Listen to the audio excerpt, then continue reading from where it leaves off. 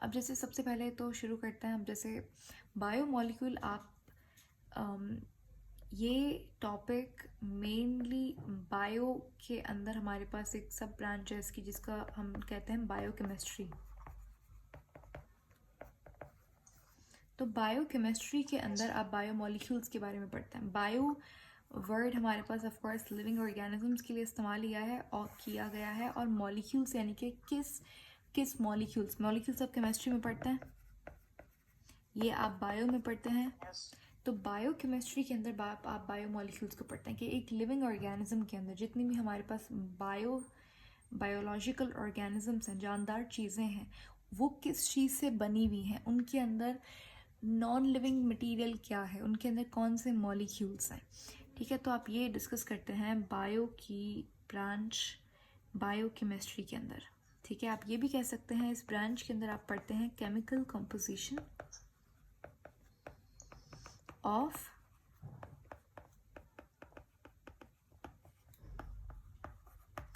Living organisms. ठीक है, कि जानदार चीज़ें किस चीज़ से बनी हुई, उनकी केमिकल कंपोजिशन क्या है।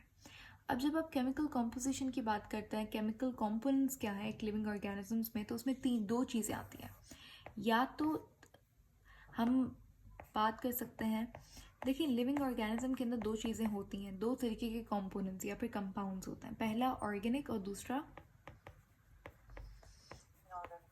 इनऑर्गेनिक। अब ऑर्गेनिक का मतलब आपको पता है, ऑर्गेनिक का मतलब क्या है, हाइड्रोजन और कार्बन वाले कंपाउंड्स। इनऑर्गेनिक कंपाउंड्स कौन से होते हैं, ऑर्गेनिक के अलावा जो कंपाउंड्स हैं वो आपके पास कौन से होते हैं, इनऑर्गेनिक कंपाउंड्स होता है। बायोमोलिक्यूल्स क्या है,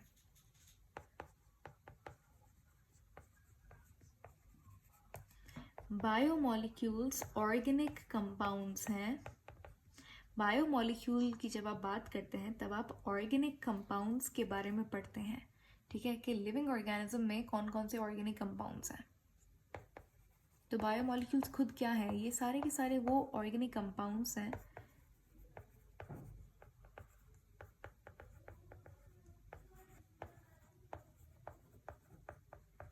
जो आपको लिविंग ऑर्गेनिज्म में मिलते हैं। ठीक है, organic compounds found in living organisms are called as biomolecule.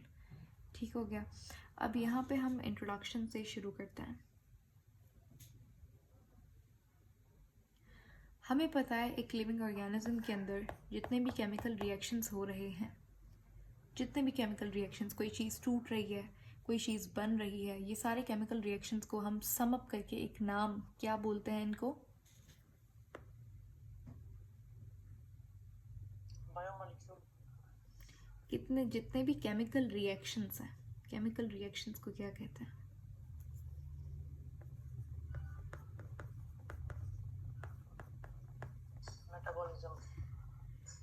Metabolism. और ये जो केमिकल रिएक्शंस हैं ये मेटाबॉलिक एक्टिविटीज़ हैं। अब यहाँ पे मेटाबॉलिज्म दो तरीके का होता है, दो तरीके का केमिकल रिएक्शन। एक वो जिसके अंदर हमारे पास केमिकल्स क्या हो रहे हैं, टूट रहे हैं। टूटने के लिए आप बायो के अंदर वर्ड यूज करते हैं कैटाबॉलिज्म का।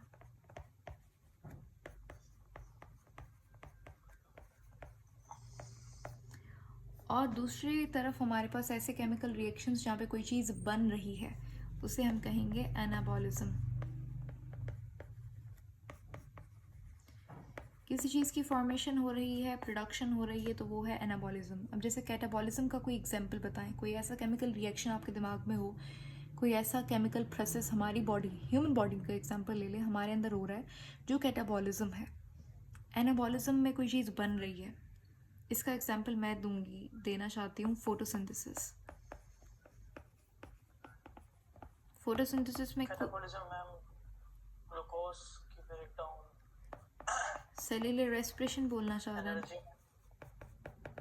Yes ma'am. Exactly, that's a very good example कि ग्लूकोज टूट रहा है, एनर्जी रिलीज हो रही है, एटीपी, तो वो कैटाबॉलिज्म है। फोटोसिंथेसिस के अंदर क्या बन रहा है,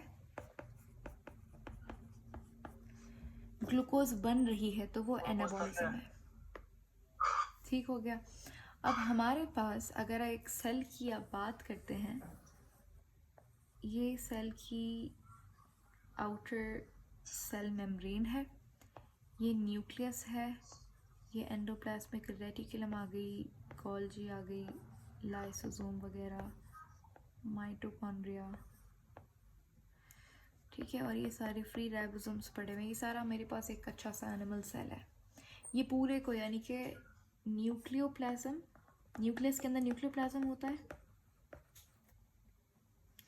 यस मैम, यहाँ पे साइटोप्लाज्म होता है। न्यूक्लियस प्लस साइटोप्लाज्म को क्या कहते हैं हम? प्रोटोप्लाज्म। Good, protoplasm. प्रोटोप्लाज्म हमारे पास जो सेल जिस चीज़ से बना हुआ है, जो लिविंग कंटेंट है एक सेल का, वो प्रोटोप्लाज्म है। प्रोटोप्लाज्म में तकरीबन 70 to 80% वाटर होता है।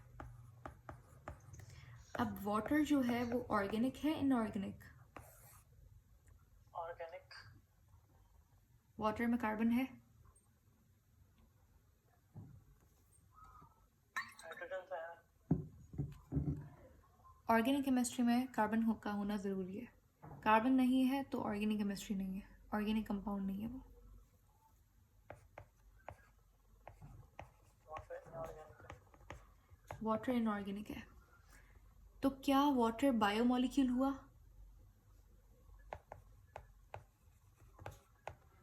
नो।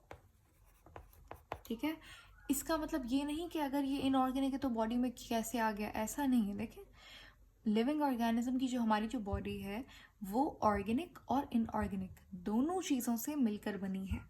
ठीक है, लेकिन बायोमॉलिक्यूल्स वो ऑर्गेनिक कंपाउंड्स हैं। बायोमॉलिक्यूल्स में आप ऑर्गेनिक कंपाउंड्स के बारे में पढ़ते हैं, ठीक है, लेकिन बायोकेमिस्ट्री में आप इनऑर्गेनिक कंपाउंड्स के बारे में पढ़ते हैं। फॉर एग्जांपल हमारे पास, जैसे फॉर एग्जांपल मसल कॉन्ट्रैक्शन हो रही है। मैम ये कह सकते हैं कि बायोमोलिक्यूल उसको कहते हैं, मतलब जो चीज किसी से चीज से बन के बनी हो,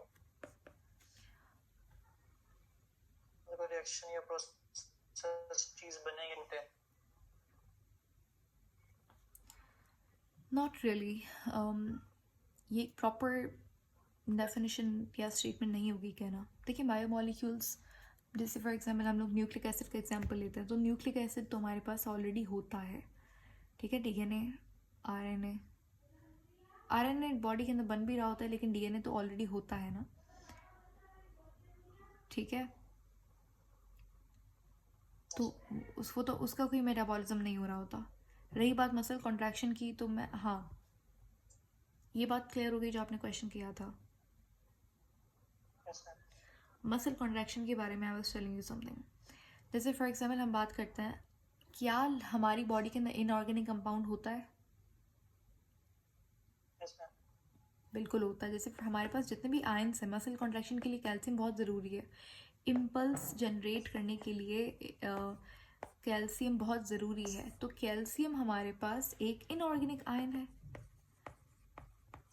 यस मैम। ठीक है, जितने भी आयंस होते हैं वो इनऑर्गेनिक होता है। ठीक हो गया। तो क्या ये बॉडी में नहीं होता? बिल्कुल होता है। तो ऐसी बात नहीं है कि बॉडी सिर्फ ऑर्गेनिक की ही बनी हुई है, कंपाउंड्स की, ऐसी बात नहीं है। हाँ, लिविंग ऑर्गेनिजम्स के लिए ऑर्गेनिक कंपाउंड का होना बहुत लाजमी है। तो बायोमॉलिक्यूल्स, हाँ, बायोमॉलिक्यूल्स में आप सिर्फ ऑर्गेनिक कंपाउंड्स के बारे में बात करते हैं। अब देखें, ये हमारे पास मॉलिक्यूल है। तो मॉलिक्यूल जो है कोई ना कोई एलिमेंट मिलकर मॉलिक्यूल बनाता है। तो हमारे पास दुनिया में टोटल कितने एलिमेंट्स हैं? 92 नेचुरल एलिमेंट्स हैं हमारे पास टोटल। जो पीरियोडिक टेबल के अंदर 92 एलिमेंट्स हैं।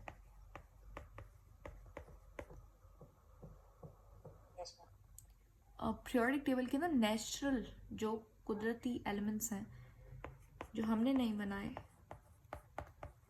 वो 92 नेचुरल एलिमेंट्स हैं।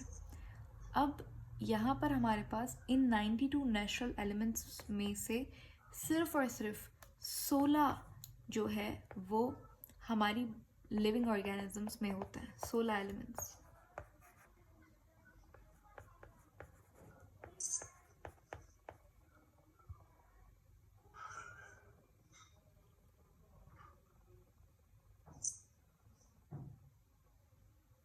ठीक हो गया।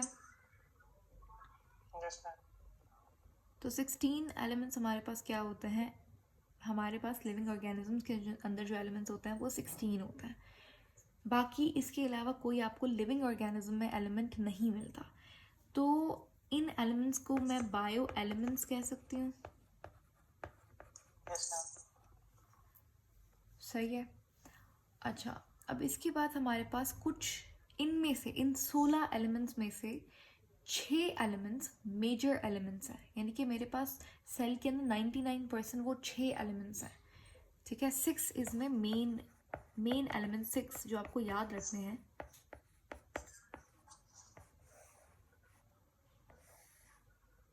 वो कौन कौन से हैं? वो पहले तो हमारे पास ऑक्सीजन है, कार्बन है, हाइड्रोजन है, नाइट्रोजन है, कैल्शियम, फॉस्फोरस, सल्फर। ऑक्सीजन है, कार्बन है मैम, सल्फर भी नहीं है। यस, ऑक्सीजन फिर carbon, hydrogen, oxygen, carbon, hydrogen, nitrogen, calcium and phosphorus.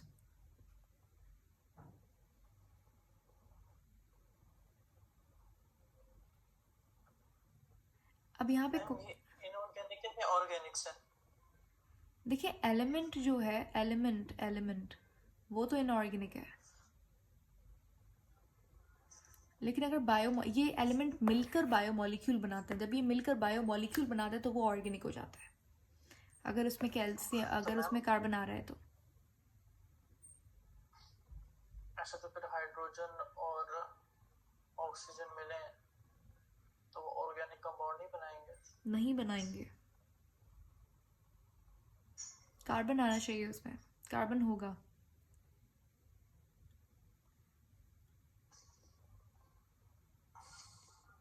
ठीक है, मैम लास्ट कौन सा था फॉस्फोरस। कैल्शियम के बाद?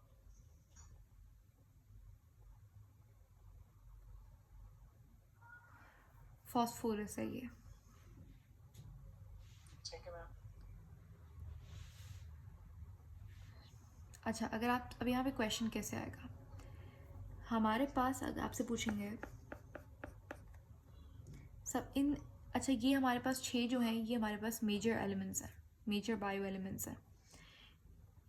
अगर क्वेश्चन आए कि इन 6 में से कौन सा ऐसा एलिमेंट है जो कि मैक्सिमम होता है, सबसे abundant, most abundant bio element कौन सा है, तो एक बात तो हमें पता होगी, कि अच्छा हमारे पास जो है वो ऑक्सीजन, मतलब सॉरी, ये कोई जो भी अबंडेंट बायो एलिमेंट होगा वो इन 6 में से ही एक होगा, लेकिन इन 6 में से कौन सा एक है? वो कार्बन नहीं है, सरप्राइजिंगली कार्बन नहीं है, ऑक्सीजन है। ऑक्सीजन हमारे पास 65% होता है हमारी बॉडी के अंदर, और कार्बन जो है वो 18% होता है।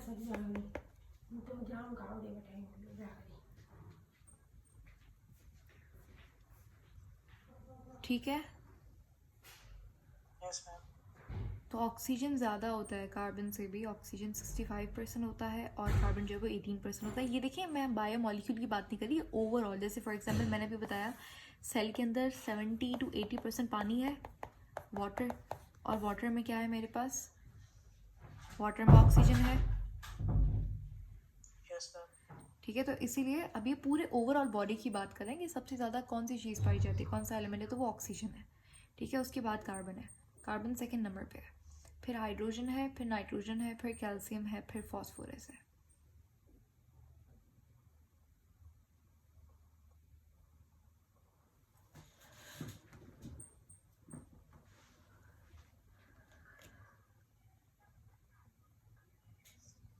मैम हाइड्रोजन को कार्बन से ज्यादा नहीं होना चाहिए था? नहीं, ऐसा होता नहीं है, हमारी बॉडी की कंपोजिशन ऐसी नहीं होती। ऑक्सीजन सबसे ज़्यादा होता है, फिर कार्बन एंड देन हाइड्रोजन होता है। क्योंकि बस 70 से 80% हमारी बॉडी में पानी है, तो जहाँ ऑक्सीजन होगा वहाँ हाइड्रोजन तो साथ होगा ही ना, तभी तो पानी बनेगा। तो बात ठीक है आपकी, लेकिन फिर जो परसेंटेज है हमारे पास वो कार्बन की ज़्यादा होती है। ठीक है, ऑक्सीजन का सिर्फ वाटर थोड़ी सोर्स होता है, ऑक्सीजन हम लोग इनहेल कर रहे होते हैं, हमारे पास हर वक्त सेल के अंदर कुछ ना कुछ अमाउंट ऑक्सीजन का रहता है, हम लोग सेल्यूलर रेस्पिरेशन करते हैं, ग्लूकोज को तोड़ते हैं in the presence of oxygen, तो ऑक्सीजन तो बहुत ही इंपॉर्टेंट है, सबसे ज़्यादा ज़रूरी ही हमारी बॉडी के लिए ऑक्सीजन है। ठीक है, तो ऑक्सीजन ज़्यादा है सबसे, उसके पीछे रीज़न सिर्फ पानी नहीं है, उसके पीछे और भी रीजंस है, इसीलिए हाइड्रोजन वो कार्बन से कम होता है। उसके पीछे पानी सिर्फ रीज़न नहीं है ऑक्सीजन के अबंडेंस का। ये तो जस्ट मैंने आपको एग्जांपल दिया था।